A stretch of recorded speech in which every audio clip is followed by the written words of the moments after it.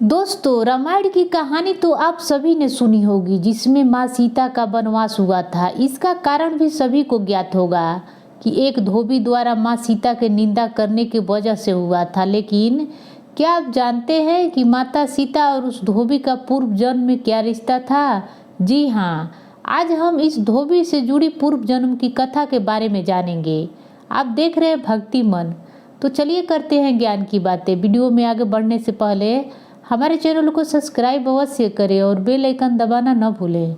पौराणिक कथाओं के अनुसार मिथिला नगरी में महाराज जनक राज्य करते थे। एक बार की बात है, मिथिला में अकाल पड़ा हुआ था। जमीनें फटने लगी, चारों तरफ हाहाकार मच गई। मिथिला के राजा जनक अपनी प्रजा को लेकर बहुत चिंतित हुए। ऋषि मुनियों ने उन्हें सलाह दी कि आप अपने हाथों से बंजर जमीन पर हर चलाएंगे तभी वर्षा होगी।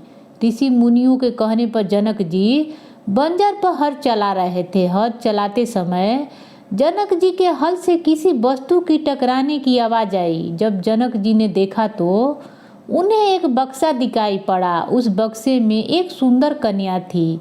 उस कन्या को जनक जी भगवान का आशीर्वाद समझकर गोद में उठा लिए, क्योंकि जनक जी निसंतान थे। उन्होंने उस कन्या का नाम सीता रखा। परम सुंदरी सीता एक दिन सखियों के साथ उद्यान में खेल रही थी। वहां उन्हें एक तोता पंछी का जोड़ा दिखाई दिया जो बड़ा मनोहर था। वे दोनों पंछी एक वृक्ष के चोटी पर बैठकर बातें कर रहे थे कि पृथ्वी पर श्री राम नाम के विख्यात एक बड़े ही सुंदर राजा होंगे। उनकी महारानी सीता के नाम से विख्यात होंगी। श्री राम और सीता 11,000 वर्षों तक अयोध्या पर राज करेंगे। धन्य हैं वे जानकी देवी और धन्य हैं वो श्री राम। तोते को ऐसी बातें करते हुए देख सीता ने यह सोचा कि यह दोनों मेरे ही जीवन के कथा कह रहे हैं। इन्हें पकड़कर सभी बातें पूछ लूं। ऐसा विचार कर उन्होंने अपने सखियों से कहा, यह पंछियों का जोड़ा बहुत सुंदर है, तुम लोग इसे चुपके से जाकर इसे पकड़ लाओ। सखियों ने उस वृक्ष पर चढ़ गईं और दोनों पंछियों को पकड़ लाई। माता सीता ने उन पंछियों से बोली, तुम दोनों सुंदर हो, देखो डरना नहीं। बताओ तुम कौन हो और कहाँ से आए हो?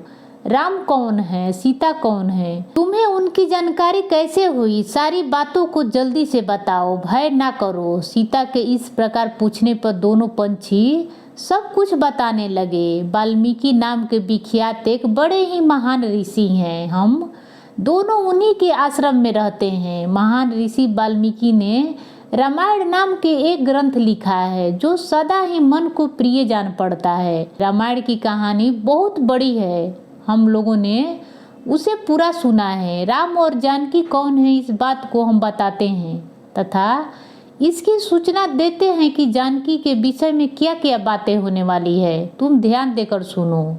महर्षि ऋषि सरंग के द्वारा कराए हुए पुत्र यज्ञ के प्रभाव से भगवान विष्णु राम, लक्ष्मण और शत्रुघ्न के रूप में अवतारित होंगे। देवगण भी उनकी उत्तम गाथा का गुणगान करेंगे। श्री राम ऋषि विश्वामित्र के साथ अपने भाई लक्ष्मण सहित हाथों में धनुष लेकर मिथिला पधारेंगे। वहाँ उन्होंने शिव धनुष तोड़ेंगे और अत्यंत मनोहर रूपी सीता को अपनी पत्नी रूप में ग्रहण करेंगे। फिर उन्हीं के साथ श्री राम अपने विशाल राज्य का पालन करेंगे। यह कथा और भी बहुत सी बातें वहाँ हमें सुनने में आई है। सुंदरी, हमने तुम्हें सब कुछ बता दिया, अब हम जाना चाहते हैं, हमें छोड़ दो।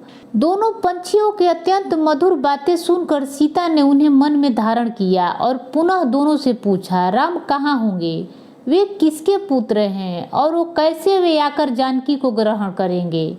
मनुष्य अवतार में उनका श्री विग्रह कैसे होगा? उनके प्रश्न सुनकर तोते मन ही मन जान गए कि यही सीता है। उन्हें पहचान कर वह सामने आकर उनके चरणों पर गिर पड़े और बोले, श्री राम का मुख कमल के समान सुंदर होगा, नेत्र बड़े खिले हुए होंगे, नासिक ऊंची पतली और मोहनी होगी, भुजाएं घुटने तक, गाल शंख के समान होगा, वक्ष स्थल उत्तम और चौड़ा होगा, उसमें श्री चिन्ह होगा। श्री राम ऐसे ही मनोहर रूप धारण करने वाले होंगे। मैं उनका क्या वर्णन कर सकता हूँ। जिसे 1000 मुख हो वह भी उनको गुणों का बखान नहीं कर सकता, फिर हमारे जैसे पंछी का क्या बिस्ता है। जानकी देवी धन्य है जो शीघ्र रघुनाथ के साथ हजारों वर्षों तक प्रशंसा पूर्वक विहार करेंगी। परंतु सुंदरी तुम कौन हो? पंछियों की बातें सुनकर सीता ने अपने जन्म की चर्चा करते हुए बोली, जिसे तुम लोगों ने जानकी कह रही हो वह जनक के पुत्री मैं हूँ। श्री राम जब यहाँ आकर मुझे स्वीकार करेंगे तब मैं तुम दोनों को छोड़ दूंगा। तुम इच्छा अनुसार खेलते हुए मेरे घर में सुख से रहोगे। यह सुनकर तोती ने जानकी से कहा, देवी हम वन के पंछी हैं, हमें तुम्हारे घर में सुख नहीं मिलेगा और मैं गर्भ से हूँ। अपने स्थान पर जाकर बच्चा पैदा करूँगी, उसके बाद फिर यहाँ आ जाऊंगी। दोस्तों, उसके ऐसा कहने पर भी सीता ने उसे नहीं छोड़ा। अब उसके पति ने कहा, सीता मेरी भार्या को छोड़ दो, यह गर्भ से है। जब यह बच्चों को जन्म दे लेगी तब इसके लेकर फिर तुम्हारे पास आ जाऊंगी। तोते के ऐसा कहने पर जानकी ने कहा, तुम आराम से जाओ, मगर यह मेरे प्रिय रहने वाली है, मैं इसे अपने पास बड़े सुख से रखूं। दोस्तों, जब सीता ने तोती को छोड़ने से मना कर दिया तब वो अत्यंत दुखी हो गई। उसने करुणा युक्त वाणी से कहा, योगी लोग जो बातें कहते हैं वो सत्य ही है, किसी से कुछ न कहो, मौन होकर रहो। तो प्राणी अपने वचन रूपी दोष के कारण ही बंधन में फंसता है। यदि हम इस वृक्ष के ऊपर बैठकर वार्तालाप नहीं करते तो हमारे लिए बंधन कैसे प्राप्त होता, इसलिए मौन ही रहना चाहिए।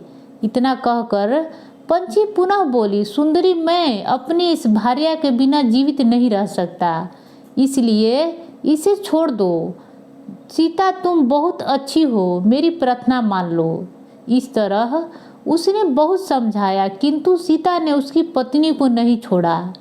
तब उसके भार्या ने क्रोध और दुख से व्याकुल होकर जानकी को श्राप दिया कि अरे जिस प्रकार तुम मुझे इस समय अपने पति से अलग कर रही हो, वैसे ही तुझे भी गर्भ अवस्था में श्री राम से अलग होना पड़ेगा।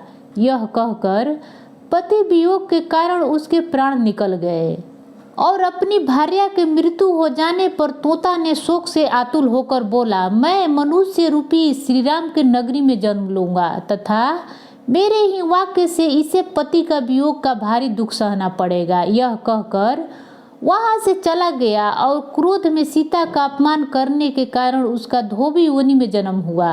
दोस्तों, उस धोबी की कथा से ही सीता जी निंदित हुई और धोबी के रूप में उत्पन्न हुए उस तोते का श्राप से ही सीता का पति से विछोह का कारण बना और वह वन में गई।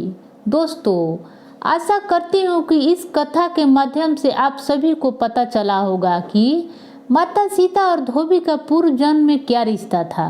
दोस्तों, ये कथा कैसा लगा कमेंट बॉक्स में बताएं और पसंद आए तो लाइक करें। मेरे चैनल को सब्सक्राइब करना न भूलें। फिर मिलेंगे खास वीडियो के साथ, तब तक देखते रहिए भक्ति मन।